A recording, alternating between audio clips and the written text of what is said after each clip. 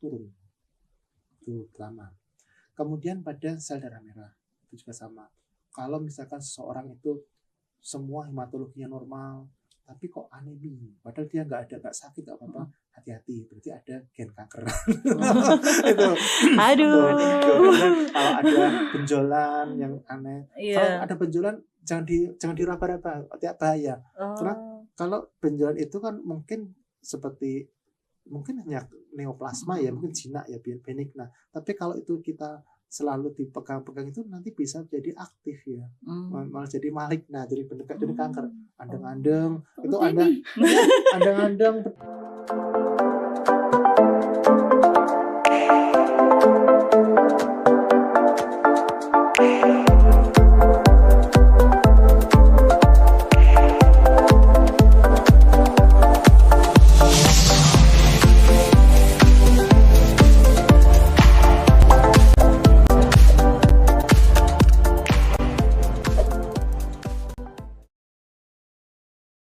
Oke, selamat siang semuanya. Assalamualaikum warahmatullahi wabarakatuh. Sobat Healthy semuanya yang ada di seluruh Nusantara.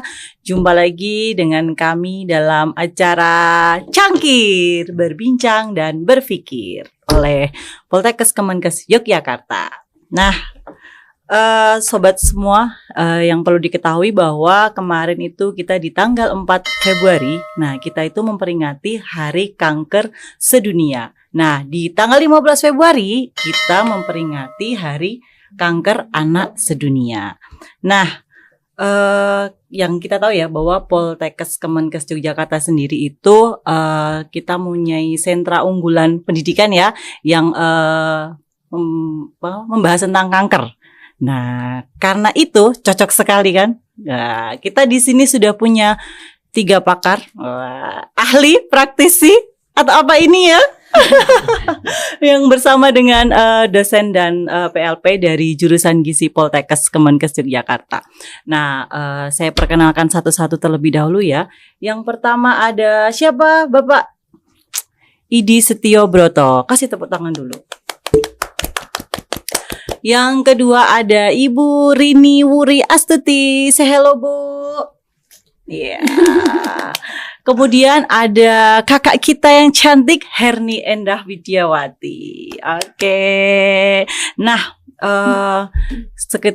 kita tahu ya Pak ya bahwa kita langsung aja ini ya, karena kan kita membahas tentang kanker. Terutama di sini kita akan membahas tentang masalah kanker anak dari sudut pandang gizi. Karena kita orang gizi. Iya. Nah, kita tahu bahwa fenomena yang ada di masyarakat ini terutama untuk kanker itu kan sangat tinggi, kanker anak, di mana berdasarkan jurnal ataupun artikel itu ada kurang lebih 1.000 anak terdiagnosa gizi setiap hari untuk kanker. Nah, dari 70% kasus itu sendiri sudah pada stadium lanjut.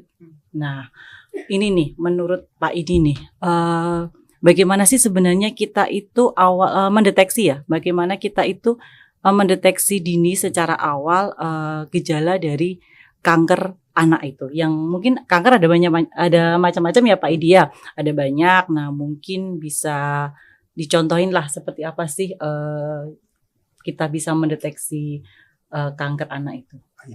Terima kasih. Assalamualaikum warahmatullahi wabarakatuh untuk seluruh pemirsa. Nah, jadi pertanyaan bagus sekali dari Kak Fitri ya. Jadi memang kanker itu bisa pada orang dewasa, remaja, lansia, pada anak juga.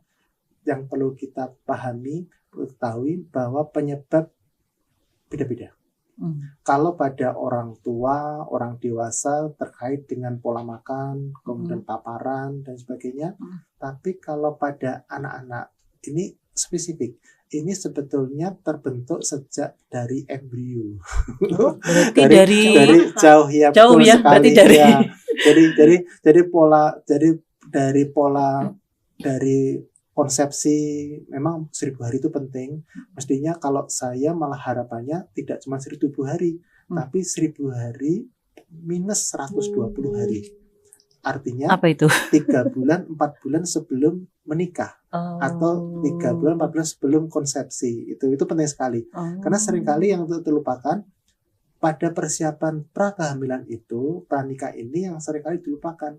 Orang-orang masih konsumsi aditif, suplemen, dan kemudian ini secara nggak langsung dia akan mempengaruhi kualitas dari darah si ibu, calon ibu maupun calon bapak. Ini yang jadi masalah. Akibatnya apa? Harapannya kalau seperti zaman dulu kan ada ini ya, pingitan ya, pingitan dia. Dipingit itu ya Pak ya. Berapa artinya, bulan itu? Bisa 3 bulan. Itu artinya kan seorang calon ibu atau bapak itu kan dia benar-benar di luar, tidak bertemu, kemudian tidak terpapar matahari, sehingga tidak perlu menggunakan pemutih. Nah, harapannya saat menikah ini benar-benar kondisi sudah bersih. Artinya nanti kalau waktu konsepsi harapannya ovum terbaik akan dibuai dengan sperma terbaik. Nah, ini penting sekali. Nah, kenapa? Kalau itu terjadi, insya Allah nanti pada bulan pertama kehamilan, bulan kedua sampai ketiga T1, yang sekali dilupakan. Orang taunya hamil setelah 2 kali tidak ovulasi ya, tidak ada ketahuan. Padahal itu sudah 2 bulan. Padahal pada fase awal kehamilan itu yang 1 bulan ini penting sekali terbentuknya tulang belakang, tulang ekor sampai ke otak. Nah, kalau misalkan pada awal itu ibu itu tidak tahu kalau dia hamil, dia konsumsi antibiotik misalkan tetra misalkan ya, otomatis nanti tetra itu akan terikat pada kalsium di tulang gigi, sehingga nanti pada anaknya lahir giginya kuning. Itu salah satunya contohnya. Nah, ini harapannya.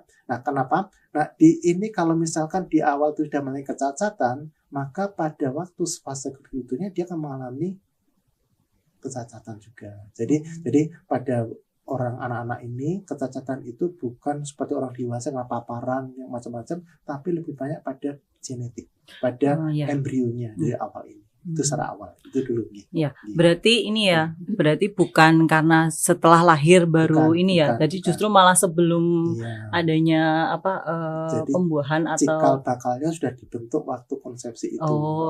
Kemudian kalau lingkungan tidak bagus, itu mempercepat. Jadi, tapi sebetulnya awalnya dia sudah punya gen untuk karena ini ya, karena genetik ya. Sudah ada modifikasi di awal. Jadi kalau misalnya ibunya menggunakan pemutih, pewangi dan sebagainya itu kan secara nggak sadar sumsum tulangnya tercemar. Otomatis waktu dia ovumnya akan mengalami gangguan juga. Nah, itu jangka panjang. Oke, berarti ini ya, kalau kita mau menikah itu berarti memang sangat perlu diperhatikan sekali ya. Ternyata memang pantangan orang dulu yang bab pingit itu. Betul. Ada maksudnya ya ternyata. Muslim itu kalau misalkan suami meninggal, istri tidak boleh menikah lagi. Dan harapannya 2-3 bulan kan tidak boleh supaya bersih. Karena kalau langsung menikah kan masih terbawa gen suaminya pertama. Itu betul. Ternyata seperti maka harus dibersihkan dulu. Dan juga waktu kita ini anak-anak itu harapannya sudah harus bersih semuanya. Memang sulit menjadi ibu, banyak ibu tapi belum tentu jadi ibu. Jadi ini hati-hati sekali.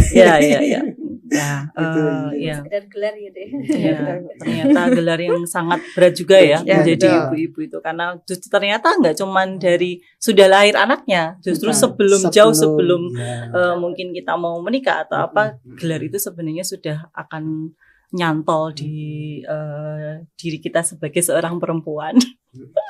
Ya Pak Edi. Kemudian kalau misalnya tadi kan itu untuk kita mendeteksinya ya mungkin dari awal gitu ya, kita sudah harus awal. Kemudian kalau dari etiologinya sendiri bagaimana Pak? Yang secara umum karena kanker ini adalah neoplasma ya, tumbuh ganda dari sel hidup sendiri ya, otomatis dia butuh tenaga banyak, butuh energi banyak. Ciri-ciri pertama dia butuh gula. Otomatis orang yang kena kanker biasanya berat badannya cukup turun. Itu pertama. Kemudian pada sel darah merah itu juga sama. Kalau misalkan seseorang itu semua hematologinya normal, tapi kok anemia, padahal dia nggak sakit nggak apa-apa, hati-hati, berarti ada gen kanker. Itu. Aduh. Kalau ada benjolan yang aneh, kalau ada benjolan jangan diraba-raba, bahaya. Karena kalau benjolan itu kan mungkin hanya neoplasma ya, mungkin jinak ya, benigna. Tapi kalau itu kita selalu dipegang-pegang itu nanti bisa jadi aktif ya, malah jadi maligna, jadi jadi kanker. Andeng-andeng itu andeng-andeng betul, andeng-andeng normal, tapi kalau udah iya biasanya kan suka utik itu ya. Ya itu karena ada keluar darah sangat alami dan sebagainya, itu secara alami. Demam, ada demam. Iya. Dari demam, berarti lebih misalnya dari demam gitu ya. Dari secara alami gampang demam tidak sakit tapi demam itu salah satu tanda. Kemudian berat badan turun cepat itu juga tanda. Kemudian ini HB turun itu juga tanda. Itu secara umumnya. Kemudian di sana ada penjol-jolan dan sebagainya. Gitu ya. Berarti kalau kita kadang suka utik ya. Kalau ada benjolan ya apa gitu ya, padahal ya mungkin kan pikir nggak ada hubungannya ya sama cancer, tapi ternyata lama kelamaan kalau memang itu tangan kita nggak benar, karena tangan kita mungkin juga kotor ya, istilahnya kan nggak selalu bersih ya. Nah mungkin kan dari situ bisa masuk. Untuk remaja juga hati-hati. Apa ide? Kadang remaja ini kan estetika ya. Akibatnya dia seringkali andang-andang kok kita nggak bagus secara estetika, itu pindah kemana atau mungkin andang-andangnya dihilangkan ini kalau sudah remaja itu artinya ini bagian tubuh kita itu sudah tersimpan dalam appendix tubuh kita sendiri, artinya sudah terekam indeks. Jadi kalau ada satu hilang akan dicari terus. Jadi bisa berpindah gitu ya? Iya, akan dicari terus. Tubuhnya kan ini bagianku yang hilang kemana ya, dicari terus. Ternyata. Kalau ada jangan diambil. Oh gitu. Syukuri aja. Oh gitu. Ada toh hitam tuh jangan diambil. Hilangkan itu memang mesti ada pesan. Jadi ciri khas sebenarnya ya. Iya. Ciri khas kan, jadi tahu itu yang ada ini di sini di pipinya itu. Mungkin sebenarnya menambah kecantikan, tapi ya itu tadi kalau remaja kurang pede Pak. Ya kan, apalagi dengan kondisi yang remaja-remaja sekarang ini kan sangat mementingkan casing. Iya, itu penampilan tampilan luarnya itu masalah ya. Jadi kalau kita kembali ke yang 1000 hari tadi itu penting sekali. Karena di awal kehidupan itulah dibentuk sistem imun, kemudian sistem dia nanti obes atau tidak itu dibentuk sejak dini. Makanya kalau orang gizi mau ngajar bagaimana pola makan yang sehat dan sebagainya, maka waktu hamil itu makan yang beraneka ragam, termasuk buah-buahan, sayur, itu supaya anak-anak itu, anak yang calon bayi itu sudah paham apa yang dimakan disenangi ibunya. Bukan durian. Silakan ngomong durian itu contoh misalkan ya. Kita paham. Tapi kalau waktu lahir, waktu ibu itu makan buah-buahan itu memori itu terekam kembali. Oh ini di waktu itu makan dulu. Itu jadi ngajarkan makan, ngajarkan belajar itu dari kandungan. Kalau ibunya udah pilih-pilih, anaknya kan pilih-pilih juga.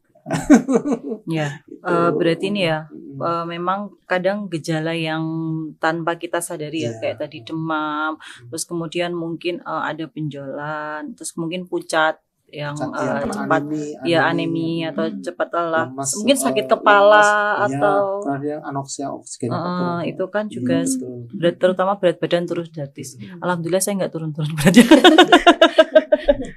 berarti insya Allah tetap kita syukuri, berarti sehat ya. Ya berarti BMR-nya masih normal.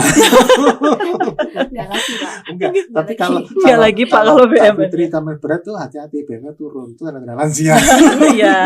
ya intinya kita juga harus tahu ya, jangan sampai misalnya kan kadang ada orang saya gemuk tiba-tiba turun seneng gitu loh, padahal tanpa olahraga, tanpa ini kan ternyata itu justru merupakan warning ya, tanda bahaya bahwa ada sesuatu di dalam tubuh kita yang harusnya kita paham bahwa ada masalah ini, kenapa kok aku tiba-tiba langsung turun, kayak biasanya 5-10 kilo mungkin ya, padahal saya nggak olahraga, nggak ini, itu mungkin sebagai harus diperhatikan untuk semuanya.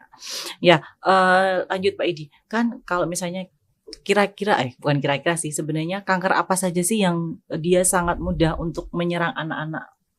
Ya, tadi kena kaitan dengan genetik ya. Berarti pada pembuluh sumbu tulang berarti leukemia, itu jelas tuh. Kemudian dapat juga pada fungsi ginjalnya, eritropoietin itu juga bisa kena. Jadi itu yang umumnya seperti leukemia, kemudian ada limfoma, kemudian kaitannya yang dengan darah itu biar tersalur. Secara umum paling banyak leukemia. Leukemia ya. Tapi kalau leukemia itu biasanya menyerangnya di usia berapa ya Pak Idi? Itu sebetulnya sudah dari awal, cuman tidak ketahuan. Tapi waktu anak itu mulai tanda-tanda puber, dewasa, kebutuhan tubuhnya meningkat, nah tubuh nggak mampu lagi menghasilkan darah. Nah, gimana itu jadi leukemia. Jadi terkesan sel darah putihnya lebih banyak. Padahal sebetulnya sel darah merahnya yang produksi sedikit, akibatnya terkesan sel darah putihnya banyak. Ya. Karena kalau memang kalau banyak yang di rumah sakit ya, mungkin kan banyak yang transfusi. Transfusi, terus kemudian yang kemoterapi itu juga banyak anak-anak gitu loh. Sedangkan untuk biaya dan lain-lain, maksudnya antrian gitu loh. Antrian kadang tidak mendapatkan antrian untuk kemoterapi itu kan membuat kadang ya kita agak terenyuh ya istilahnya kan prognosisnya jadi cepat ya karena kok untuk mutasinya itu kan kenapa kok cepat sekali gitu loh. Jadi mungkin ini perlu diwaspadai oleh semua orang tua ya, maksudnya nggak cuma ibu juga ya, ini bapak juga ya kan. Kalau ini memang kaitannya dengan kebiasaannya. Contoh aja misalkan merokok itu bahaya sekali, karena merokok pasif itu misalkan saya perokok, saya masuk ruangan ber-AC, meskipun saya nggak merokok, semua dalam rumah bau rokok semua, karena kelihatan merokok. Dan itu juga meracun pada sumsum tulang. Jadi bukan hanya paru-paru ya Pak? Iya, berarti masuk kulit anak, itu bisa. Ke anak, kalau anak itu sudah punya kelainan genetik, ada tambah asap rokok, paparan itu mempercepat. Jadi seperti dipicu. Prekursornya. Ya, bapak-bapak yang honizin yang suka merokok ya. Seperti enggak? Iya, polkesio kita tidak ada yang merokok ya. Tapi itu juga penting juga loh. Karena sekarang itu kalau kita lihat di mall-mall itu kan ada putri-putri, remaja putri merokok vape itu vapor ya. Sampai ngerokok ya. Iya. Tapi pertanyaan kenapa kok anak-anak itu kok kepengen mengulum ya itu kenapa ya. Itu perlu itu juga ibu harus introspeksi ya. Karena pada bayi itu kan ada masa dia harus ngempeng itu masih 2 tahun menyusu ya. Itu kalau periode itu nggak selesai, itu akan terulang pada masa yang akan datang. Nah, pada remaja itu tidak cuma putra atau putri, dia kebiasaan ngemut itu. Jadi itu karena dulu kepuasan leptiknya tidak tercukupi, simofloid itu yang tercukupi, itu bisa terjadi. Itu kemudian yang paling parah lagi, dia akan puas kalau dia berucap tidak enak, pedes. Nah itu iya berarti kan dia kepuasannya terpuaskan itu hati-hati. Jadi AC itu harus benar-benar diberikan secara alami, bukan lewat dot. Karena kalau dot, anak itu nggak belajar proses. Dia taunya ngempeng langsung dapat susu. Tapi kalau dia ngempeng kan dia ada proses bagaimana dia ngelembu ya tuh bahasa Indonesia merajuk atau merayu ibunya itu supaya air susunya bagus. Maka dia anak itu bisa tahu kapan psikologi orang tua. Dan itu hubungan orang tua anak itu dari situ terbentuk. Tapi kalau dari awal harus sudah langsung dot, anak taunya proses, taunya apa yang diinginkan langsung harus dicukupi. Itu ya.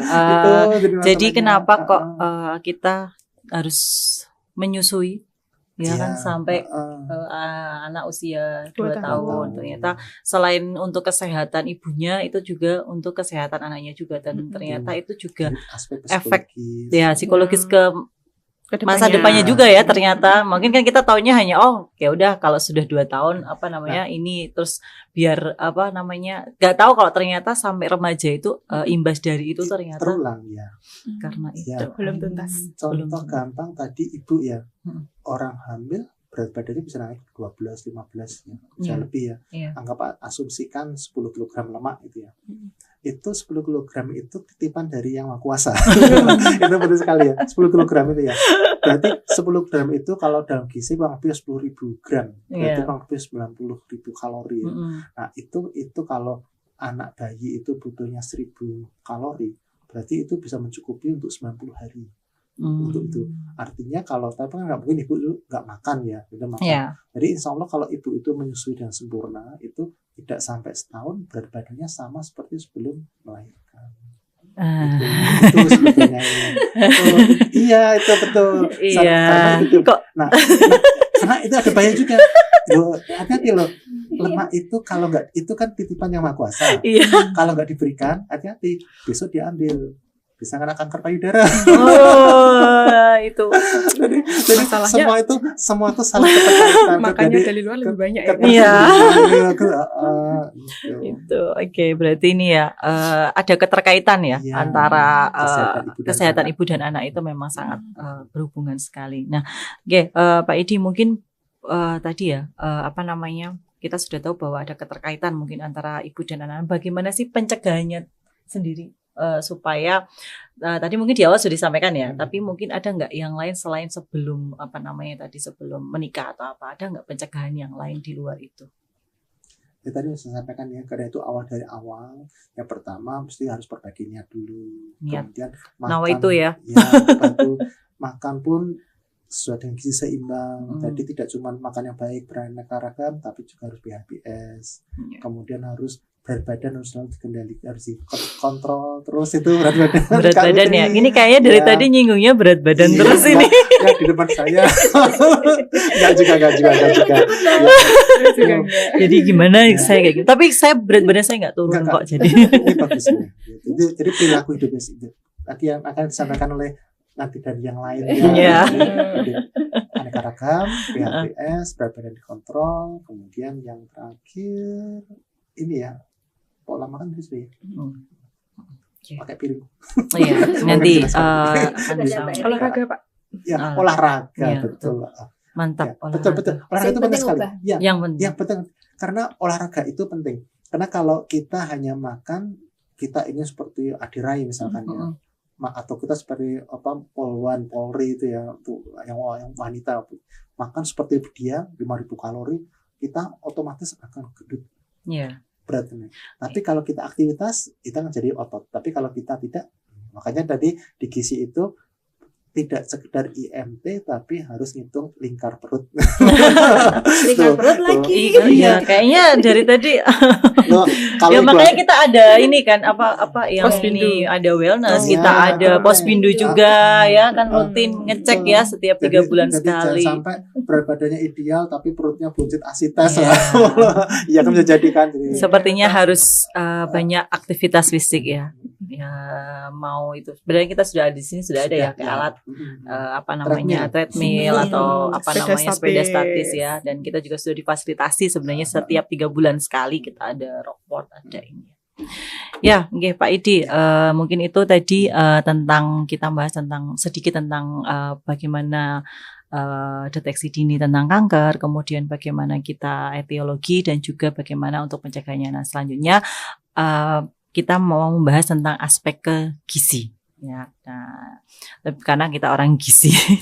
Ada gizi. Iya, gizi juga. Ya, ini kita langsung ke Bu Rini ya. Nah, Siap. kan ini tadi kita tahu bahwa banyak orang tua yang anaknya baru didiagnosa kanker ya, tapi mereka tuh langsung fokusnya itu ke kemoterapi, ya, langsung kemoterapi. Oke, dokter bilang kemo, oke, dokter bilang operasi, oke, dan sebagainya. Nah, sebenarnya pentingnya urusan kita orang gizi ya. Nah, pentingnya urusan dengan makan itu bagaimana sih untuk apa namanya bagian dari konsep gizi ini untuk anak-anak yang menderita kanker. Oke. Ya ini kita kalau ibu-ibu pakai jalur dapur ya Mbak Erni ya. Betul. Ini udah luar biasa. Jadi kalau Jalur Pak Edi dapur. nanti jalur yang lain, kalau ibu-ibu pasti pakai jalur dapur. Kalau untuk anak-anak bagaimana penanganannya terkait dari makan ya Mbak Fitri nggih. Iya. Kalau terkait dengan makan, kita bayangkan dulu anak itu seperti smartphone. Jadi pada saat anak bertumbuh, dia butuh energi yang lebih. Itu belum dengan kondisi dia dengan kansernya, kondisi dia dengan dampak dari terapinya, misalnya dari kemonya, dari fisioterapinya. ini luar biasa. Seperti HP butuh baterai untuk dia bisa mengisi, anak-anak butuh energi juga untuk dia tumbuh. Nah, kalau tidak ada asupan makan, bagaimana dia bisa tumbuh, bagaimana dia bisa mengatasi dampak dari fisioterapi, dampak dari kemoterapi. Jadi makan untuk anak dengan kanker itu tidak hanya sebatas kenyang, tidak hanya sebatas agar anak ini tidak kurus, tapi lebih ke bagaimana makanan ini menjadi bagian dari upaya pengobatan. Itu. Jadi selalu kita sampaikan kepada mahasiswa juga pada waktu kita ketemu dengan pasien kanker, yang pertama kali harus disampaikan adalah bagaimana kita menyampaikan makanan ini menjadi bagian penting dari pengobatan. Karena biasanya orang tua dengan anak kanker itu ya tadi akan lebih ke medis dulu. Iya, betul. Pokoknya gimana caranya biar cepat sembuh. Kemoterapi, fisioterapi, pengobatan tanpa mempertimbangkan bahwa makanan itu menjadi bagian penting dari pengobatan. Itu Mbak Fitri. Nah, berarti kan karena tadi kan makanan itu kan merupakan hal yang penting ya untuk kesehatan dari si anak penderita kanker itu sendiri. Nah, kadang kan orang tua selalu bertanya apa saja sih yang boleh dimakan sama anak itu loh. Kira-kira ada nggak sih pantangannya? Karena kan aku nggak boleh makan ini, anakku nggak boleh makan ini, anakku nggak boleh makan ini, hanya boleh ini saja. Kadang kan orang tua sudah terfokus di situ. Nah, sebenarnya ada nggak sih pantangan dari anak yang menderita kanker itu dengan makanan-makanan tertentu? Nah, itu yang mungkin sering sekali ditanyakan orang tua ya. Karena orang tua itu kalau udah lihat anak sakit, maunya kalau misalnya bisa dipindahkan, orang tua akan rela ya, Mbak Eni ya. Akan rela, kenapa tidak ke ibu saja begitu yang merasakan. Nah, sehingga kadang-kadang anak itu atau orang tua itu lebih percaya pada selain obat. Tadi ada cerita dari sekitar. Ini tidak boleh, itu tidak boleh, ini tidak boleh, itu tidak boleh. Akhirnya anak ini kan sudah berat ya dengan kansernya, sudah berat dengan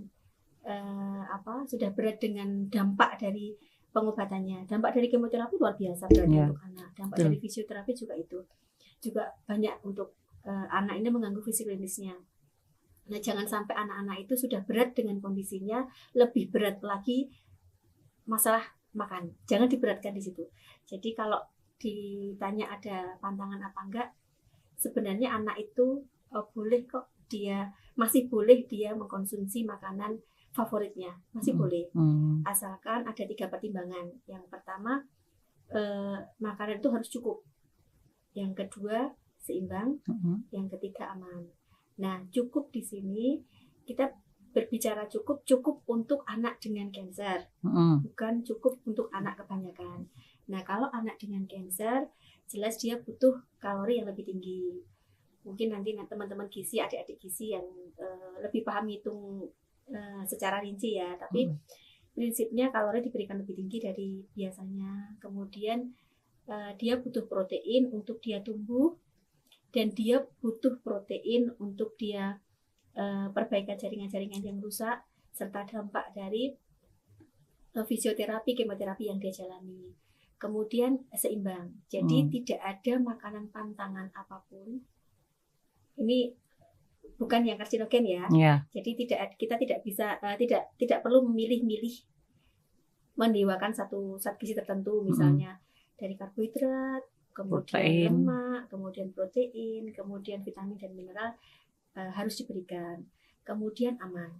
Nah, anak dengan anak sendiri itu imunnya dia pada fase pertumbuhan dan fase yang imunnya belum cukup dibandingkan dengan usia-usia di atasnya, usia remaja, usia dewasa. Nah, dengan imun yang rendah, apalagi dengan diperberat dengan kansernya, anak ini lebih mudah sakit.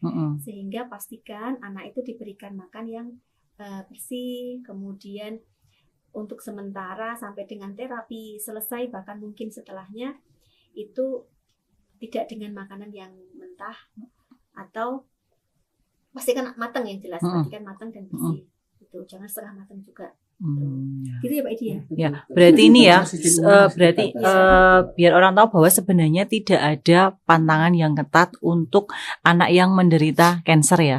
Istilahnya kan mungkin ada orang yang bilang, oh karena ini terus lebih tinggi proteinnya, suruh tidak boleh makan yang berlemak-lemak. Mungkin kan karena itu akan memicu sel kankernya, kan ada orang yang lebih tadi omongan orang seperti itu. Jadi sebenarnya tidak ada pantangan ketat. Yang penting gizinya seimbang.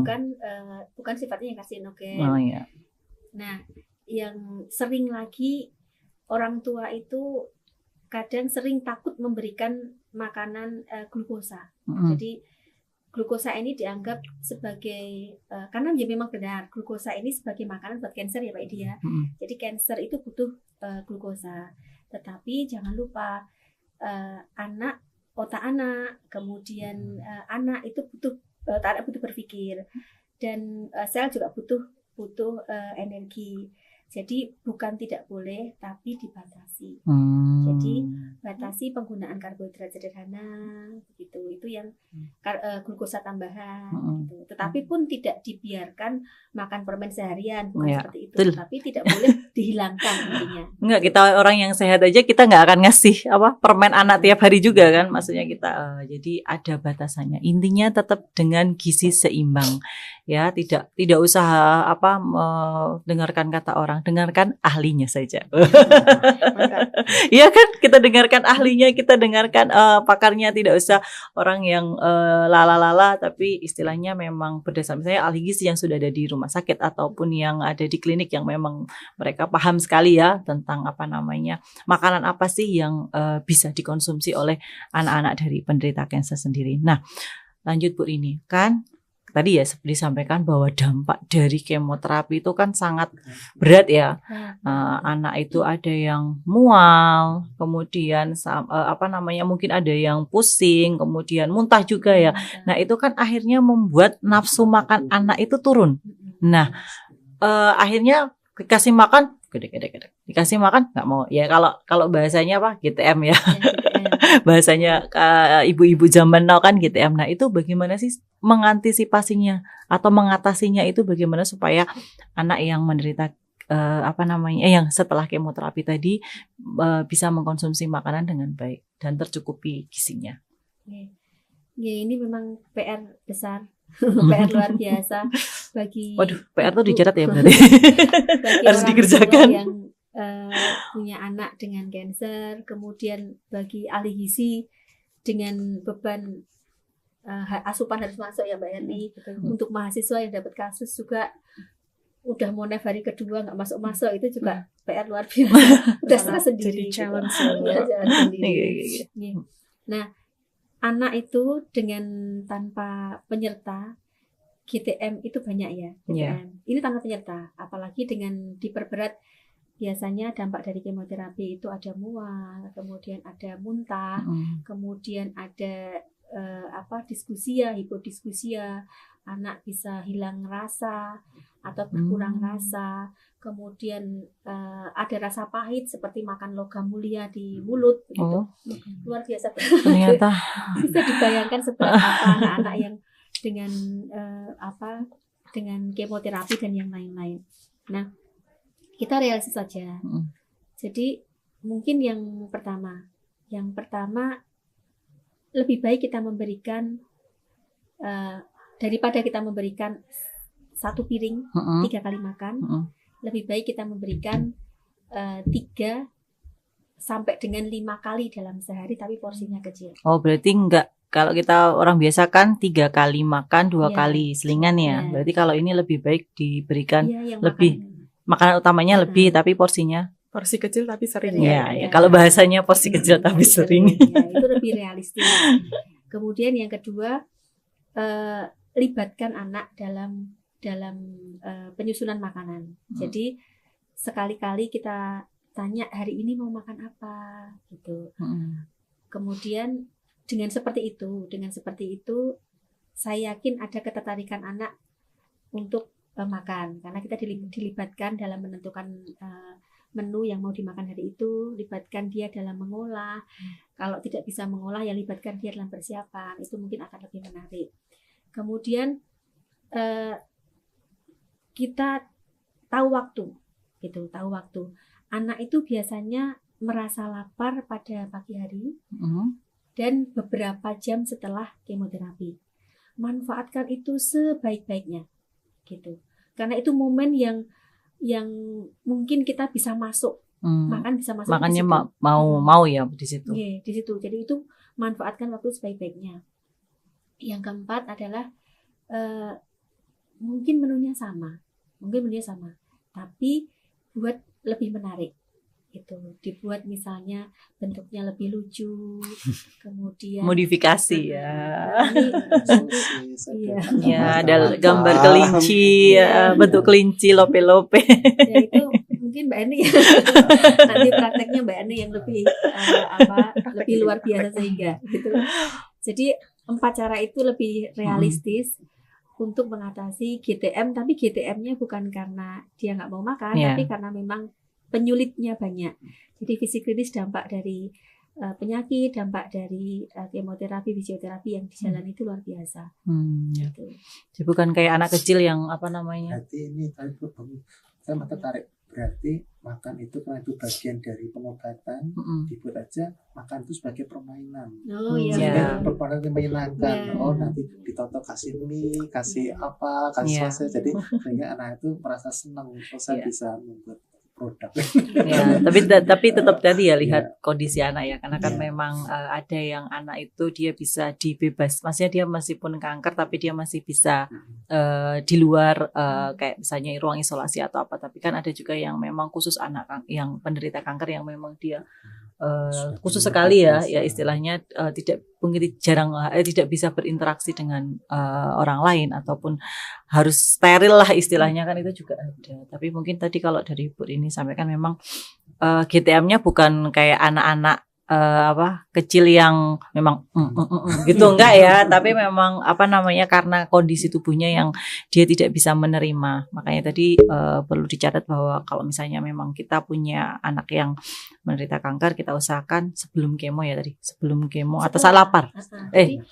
Pagi hari saat lapar, beberapa jam setelah kemo itu dikasih makanan yang menarik. Orang tua harus paham bioritmenya si anak. Makanannya harus yang menarik, yang menggugah selera juga ya. Jadi tidak hanya sekedar ini dimakan nanti anak sudah melihat bentuknya sudah tidak mau makan, apalagi untuk mencicipi. Ya, tapi gini Mbak Fitri, ada pesan juga, kita juga harus aware, tidak egois kalau misalnya anak itu dalam 2-3 hari memang tidak mau makan, benar-benar tidak mau makan dan terjadi penurunan berat badan yang signifikan, ya kita harus harus berkolaborasi ya Mbak Eni ya. Jadi kolaborasi, kita konsultasi dengan tim medis yang lain untuk mengatasi jangan sampai menunggu dia lemah sampai turun sebanyak sekali ya. Baru kita kolaborasi. Jadi 2-3 hari nggak mau makan, kok kita biarkan? Nggak boleh. Kita punya gizi juga punya intervensi untuk berkolaborasi dengan tim dukungan gizi yang lain. Ada dari dokter ya Mbak Erni, ada dari psikolog.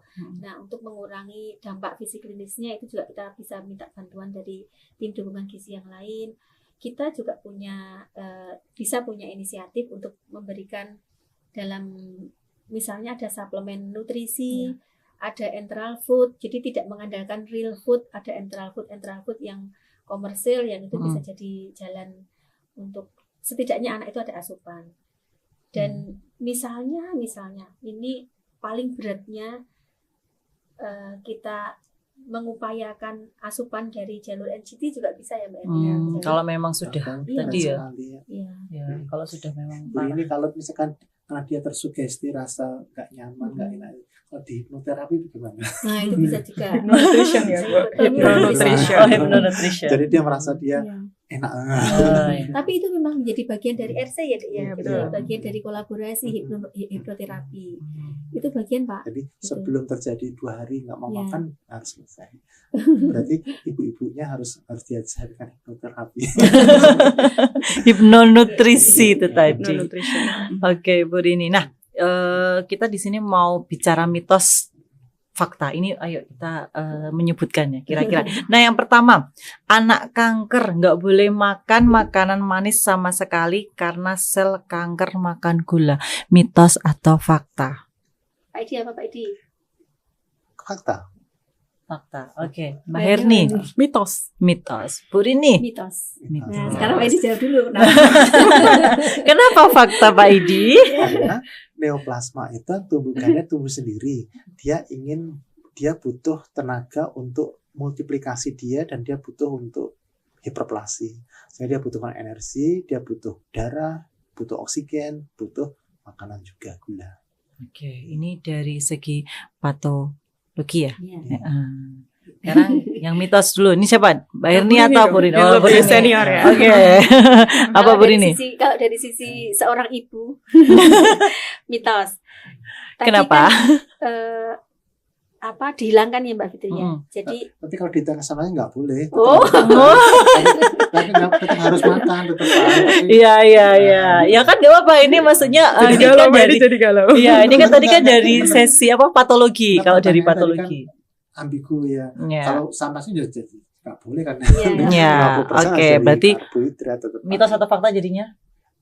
Kalau dihilangkan, dihilangkan nggak boleh. Oh, kalau boleh. dihilangkan Tapi nggak boleh. Oke. secara fisiologi seperti itu. Oh ya, oke. Ya, lanjut Bu Rini. betul. Kadang kan ini yang sering membuat orang tua panik gitu ya, karena panik dan bingung. Karena tadi sesuai dengan apa yang Pak Edi sampaikan bahwa sel kanker itu butuh glukosa. Tetapi jangan lupa anak, sel otak, kemudian sel sehat itu juga butuh glukosa. Intinya tidak dihilangkan tapi dibatasi, terutama glukosa sederhana ya Pak Edi ya, gitu. Itu. Oke. Satu lagi mitos fakta. Oh, Gimana bentar. ya? Kalau tadi ya asumsinya, kalau kita penderita kanker makan tapi tidak ada aktivitas, otomatis dia kan kankernya lebih aktif, Iya. otomatis ke kanker. Tapi kalau misalkan dia beraktivitas, mungkin bisa kankernya kalah ya. Harus aktivitas tetap. Oh iya, tetap betul. penting. Iya. Penting. Jadi tidak semata-mata hanya makan, tapi juga harus aktivitas Iya. supaya dia jadi otot dia. Jadi terpakai ya, Terpakai. glukosanya Terbakar. ya, Pak. Nggak cuman sekedar kita mengkonsumsi aja Iya, ya, betul. tapi harus dipakai. Oke, yang kedua nih, minum jus buah atau herbal tertentu bisa menyembuhkan kanker anak. Mitos atau fakta? Mitos kalau itu. Mitos. Iya. Ya nih, Mitos. Bu Rini? Mitos berbahaya. Oke, Iya, silakan betul. dijawab Bu Rini. Iya betul. Mitos berbahaya, silakan Iya. dijawab.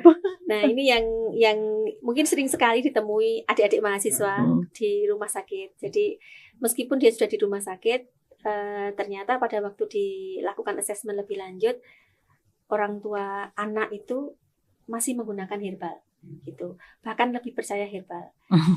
Kenapa ke rumah sakit? Kenapa ke rumah sakitnya itu bukan karena bukan karena upaya kansernya, penyembuhan kansernya, tetapi karena pemulihan. Jadi upaya perbaikan dari klinis dampak dari kansernya. Jadi karena klinisnya saja. Tetapi kalau percayanya masih percaya kepada tadi herbal atau mungkin jamu-jamu tradisional.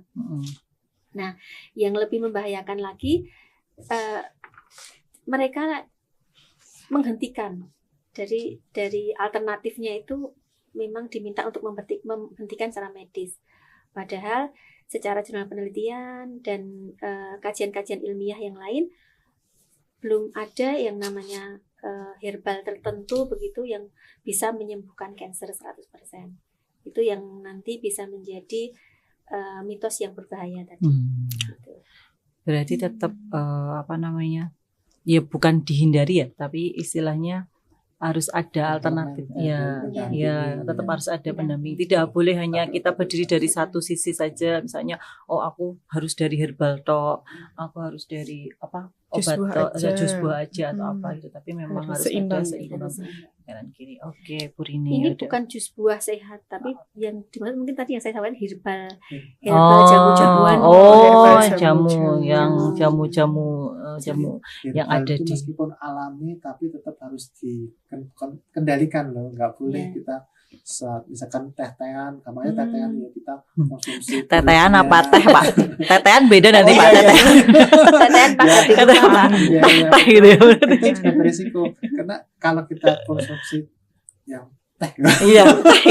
tea itu ataupun itu kalau pemanasan berlebih kan terbentuk vitat juga ya, itu bisa melapis usus. Ya. Kalau itu dipakai terus menerus, kalau usus teremulsi bisa penderita defisiensi vitamin larut lemak. Gitu ya.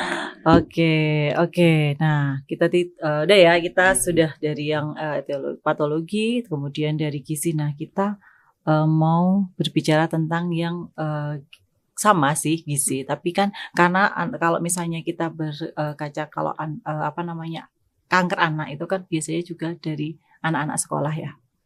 Ya, maksudnya banyak juga bermulanya meskipun tadi sudah dijelaskan dari awal, tapi kan juga kadang mungkin gejalanya atau apa kan dari mulai mungkin anak-anak prasekolah ataupun sekolah. Nah, ini juga kita mau nyambung juga. Kemarin itu kita di tanggal 25 Januari ya. Kita memperingati Hari Gizi Nasional ya yang selamat Hari Gizi, Mbak. yang ke-66. Nah, betul, makanya di Kak. sini kebetulan kita di sini juga ada Mbak Herni yang mungkin kalau kita berbicara kemarin itu kan gizi seimbang dengan pangan yang optimal ya. Gizi seimbang Pangan lokal. dari pangan lokal. Dari pangan betul, lokal Kak. ya. Nah, kalau menurut Mbak Herni sendiri, kenapa sih kok kita di luar yang tadi misalnya kanker ya, kenapa sih anak sekolah kok perlu dengan adanya gizi seimbang tuh kenapa? Oke, siap Kak. Jadi ini berangkat Siap, Kak. dari izin dulu. Izin. senior. Halo Sobat Sehat Nusantara dan juga Kak Fitri. Iya. Izin sharing-sharing ya Kak. Sebenarnya saya itu berangkat dari tadi kalau Pak Idi sama Bu Rini kan berbicara mengenai kuratif gitu ya Kak. Kalau dari Hari Gizi Nasional mungkin masih melekat di ingatan kita. Hari Gizi Nasional itu mengusung tema gizi seimbang untuk tumbuh kembang optimal. Ya. Kemudian penuhi gizi seimbang dengan pangan lokal. Tentunya kemarin kampanye yang kita dapat rekor muri itu, kita kan kampanye di sekolah-sekolah ya sekolah. Kak ya. Betul. Nah itu sebenarnya salah satu dari pencegahan atau preventif dan promotif terjadinya kanker di masa depan kayak gitu Kak. Jadi kita tahu sendiri ya Kak ya, kalau usia sekolah ya Pak, mohon izin nanti koreksi kalau salah. Ini kebanyakan izin nanti. Merupakan fase kedua tercepat tumbuh kembangnya setelah balita kan Kak. Baik itu fisiknya, kognitifnya, emosionalnya begitu. Jadi itu benar-benar penting banget ya gizi seimbang itu untuk tumbuh kembang optimal karena kan mempengaruhi kemampuan belajarnya secara kognitif, kemudian daya tahan tubuhnya dan juga nanti akan berimbas ke prestasi belajarnya gitu Kak. Jadi berangkat dari situ upaya preventif pencegahan gizi seimbang itu aman dan harus diterapkan untuk anak usia sekolah. Prasekolah juga ya berarti ya? Prasekolah juga. Ya, karena kan sekarang sudah banyak yang mungkin yang 3 tahun sudah masuk PAUD. sekolah PAUD gitu betul. ya. Jadi kan otomatis juga kayak anak sekolah karena kan berangkat jam 8 pulang jam 12. Nah, sebenarnya kalau masalah gizi yang ada yang dialami oleh anak-anak sekolah itu biasanya seperti apa? Ya seperti kita tahu sendiri ya Kak Fitri, ada yang dari tubuhnya itu terlihat tampak besar, ya, artinya ada gizi lebih atau kegemukan berdasarkan IMT menurut umurnya. Kemudian ada yang kurus nih, tapi nggak cuma kurus atau gemuk saja, ternyata mereka juga mengalami masalah gizi yang tersembunyi. Salah satunya adalah kekurangan zat gizi mikro, misalnya anemia, kayak gitu Kak. Nah, jadi kita menghadapi tidak hanya double burden lagi, tapi triple burden seperti itu Kak, yang sering ada di anak usia sekolah. Nah, gizi berlebih tadi Kak, saya kan menggambarkan gizinya gemuk, kemudian obesitas gitu tuh di masa depan diprediksi akan menjadi faktor resiko dari kejadian penyakit tidak menular. Salah satunya kanker yang tadi diceritakan Pak Idi sama Bu Rini. Jadi kanker anak Gitu, juga Kak. kalau misalnya anak sehat bisa berisiko kanker nanti di Iya, benar usia banget, dewasa. Kak. Kayak gitu. tuh, Iya. semua dari makanan ya. Nah, betul sekali. Itu semua bermula dari kebiasaan makan ya, makan. Kak. Nah, karena itu tadi bermula dari kebiasaan makan ya. Nah, menurut Mbak Heni sendiri, bagaimana sih kita mengkonsep ya gizi seimbang yang praktis? Ya, istilahnya sederhana, praktis dan mudah. Kayaknya Mbak Herni ini adalah ya kalau tahu ya, kalau menikmati sosmednya Mbak Herni itu selalu membikin makanan ya, meal prep setiap 1 minggu sekali ya. Ya, untuk Nanti food prep-nya. untuk itunya food prepnya. Iya, betul. Kemudian nanti setiap pagi enggak pagi ya, berarti siang tentu ya. sih. Nah, itu akan upload makanan-makanan apa. Nah, itu kan menurut saya sebenarnya sesuatu makanan yang sederhana dan praktis. Nah, itu menurut Mbak Heni bagaimana sih menyiapkan yang sederhana dan praktis itu? Oke, saya jawab sebagai orang tua Oh iya, sekaligus boleh lah. sebagai ahli gizi ya Kak. Jadi sebenarnya bukan sebagai beban berlebih begitu atau beban ganda. Cuman saya itu prinsipnya kita sebagai ahli gizi, sebagai orang tua itu ikhtiar. Kalau anaknya nggak suka ya harus bersabar. Ya. Hatinya nggak boleh ambiar. Loh, ada. Apalagi asik. kita berkuar-kuar gitu Waduh, kan. Nah, ini RR semua ini guys. Nah, kita menyiapkan sesuatu yang sederhana yang setiap hari kita makan. Jadi prinsip saya tuh anak-anak itu disiapkan makanan yang sehat dan praktis itu berangkat dari orang tua. Apa yang dimakan orang tua adalah apa yang dimakan oleh anak, begitu Kak. Dan semua itu harus berbasis ini ya Kak. Aku bawa alat peraga ini Kak. Ya, ini ya guys. Ya, ini ada kalau isi aku lihatnya di piringku. sana. Ya. Jadi saya sama suami itu berkomitmen. Jadi tadi kan Bu Rini sempat menyinggung semua bermula dari dapur gitu ya. Betul. Jalur dapur. Itu tidak hanya ibu saja, jadi ayah juga berkontribusi. Iya. Jadi ayahnya di sini.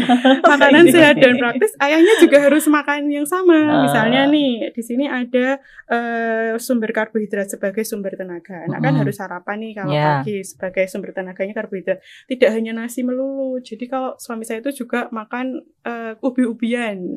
Terus kadang makan kentang masuk ubi-ubian ya kayak gitu. Kadang sesekali makan mie, tetap makan mie bihun jagung dan lain sebagainya. Kemudian sebagai sumber protein juga yang ada di sekitar kita, nggak usah kita muluk-muluk tuh pakai ikan salmon, ikan tuna, begitu.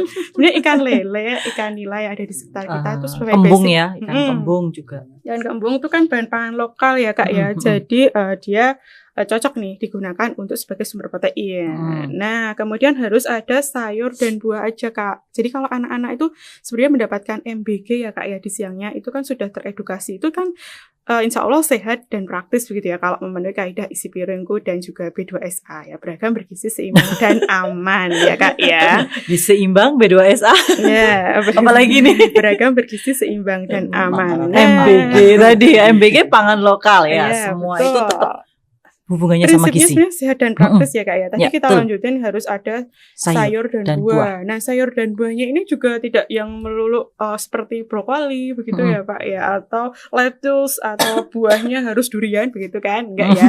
Jadi yang ada di sekitar kita buah-buahan seperti pisang itu bisa dikonsumsi, pepaya, salak dan lain sebagainya. Terus untuk sayur-sayuran juga bayam. Sebenarnya bening bayam itu kan yang paling mudah ya. Ya, betul. Terus sup, terus tumis-tumisan seperti itu. Itu sehat dan praktis, berbasis bahan pangan lokal untuk memenuhi gizi seimbang. Jadi setengah piringnya ini 2/3-nya sumber tenaga, kemudian ini sebagai sumber untuk memperbaiki sel jaringan tubuh yang rusak, sebagai zat gizi untuk tumbuh kembang otak seperti itu, dan setengahnya ini 2/3-nya sayur dan buah. Dan ini tidak hanya untuk sekali makan siang MBG aja nih kayak gitu. Jadi setiap kali makan harus isi piringku gitu, ya, dan betul. dilengkapi minum ya. Sebaiknya nggak minum teh Kak yang sehat dan praktis tuh. Betul. Minumnya air putih. Air putih ya. Nah, berarti kan kalau tadi dijelaskan ya, istilahnya kan tidak harus salmon, tidak harus durian. Berarti kan sebenarnya itu bukan hal yang mahal ya. Iya, betul. Nah, itu kan masih bisa kita temukan di sekitar kita. Kita beli pun ada ya, di pasar ada gitu ya. Nah, bagaimana sih istilahnya apa istilahnya tadi, menyiapkannya gitu loh, menyiapkannya itu bagaimana biar ini kita tahu ya kandungan gizinya, ini bertahan lama atau tidak, ini bagaimana penyajiannya seperti apa, pengolahannya seperti apa. Nah itu gimana Mbak Herni, karena kan mohon maaf kalau misalnya kita mengolah, kadang ada yang mengatakan bahwa kalau kita mengolah ini terlalu lama atau apa itu akan proteinnya rusak. Ya, proteinnya rusak, kemudian malah tidak menjadi gizi yang masuk ke tubuh kita, tapi ya kita cuma makan aja tapi tidak ada nilai gizinya. Ya, cara menyiapkan ya Kak ya. Sebenarnya dari cara memperolehnya kita tuh sebenarnya bisa mengusahakan dari pemberdayaan atau budidaya sendiri Kak. Kan kemarin kolaborasi sama bapakku nih kayak gitu, nanam terong gitu ya. Jadi lokal sekali ya. Kolaborasinya bapak yang nanam, saya yang manen. Kan? Nah, tanam cabai, kemudian bapak tuh melihara ikan nila, ikan lele, itu bisa jadi salah satu sumber alternatif untuk memperoleh bahan pangan lokal itu. Nah, kalau cara pengolahan sendiri saya punya metode sih untuk ibu-ibu kerja mungkin ya. Atau calon ibu begitu. Atau nanti tolong kalau bapak-bapak yang nonton bisa disampaikan ke istrinya gitu, yaitu metode food prep seminggu sekali itu Kak. Saya menyiapkannya itu kalau minggu ganjil saya memasaknya real ya, masakan Nusantara nih. Misalnya, berarti ini ya ada ininya sendiri ya. Minggu ganjil tuh bentuknya ikan ya ikan. Ikan lele bentuknya kayak gitu. Jadi kita mengenalkan ke anak ya ikan ya kayak gitu. Ayam ya bentuknya ayam nih. Daging sapi ya kayak gitu. Yang dikit-dikit alot ya emang kayak gitu teksturnya asli. Masaknya juga macam-macam, ada gulai, ada kare, ada kuah kuning, terus macam-macam ya Kak ya, ada opor dan lain sebagainya. Jadi olahan Nusantara dengan wujud yang asli. Tapi kalau minggu genap nih, saya tuh memenuhi keinginan anak-anak. Anak-anak ini kan suka terpengaruh makanan UPF ya Pak, sebagai salah satu faktor resiko cancer ya, yang ultra processed food nih. Nah, saya memasak yang mirip nih, jadi olahan ikan tapi dibuat nugget nih, kayak berarti gitu. Apa namanya?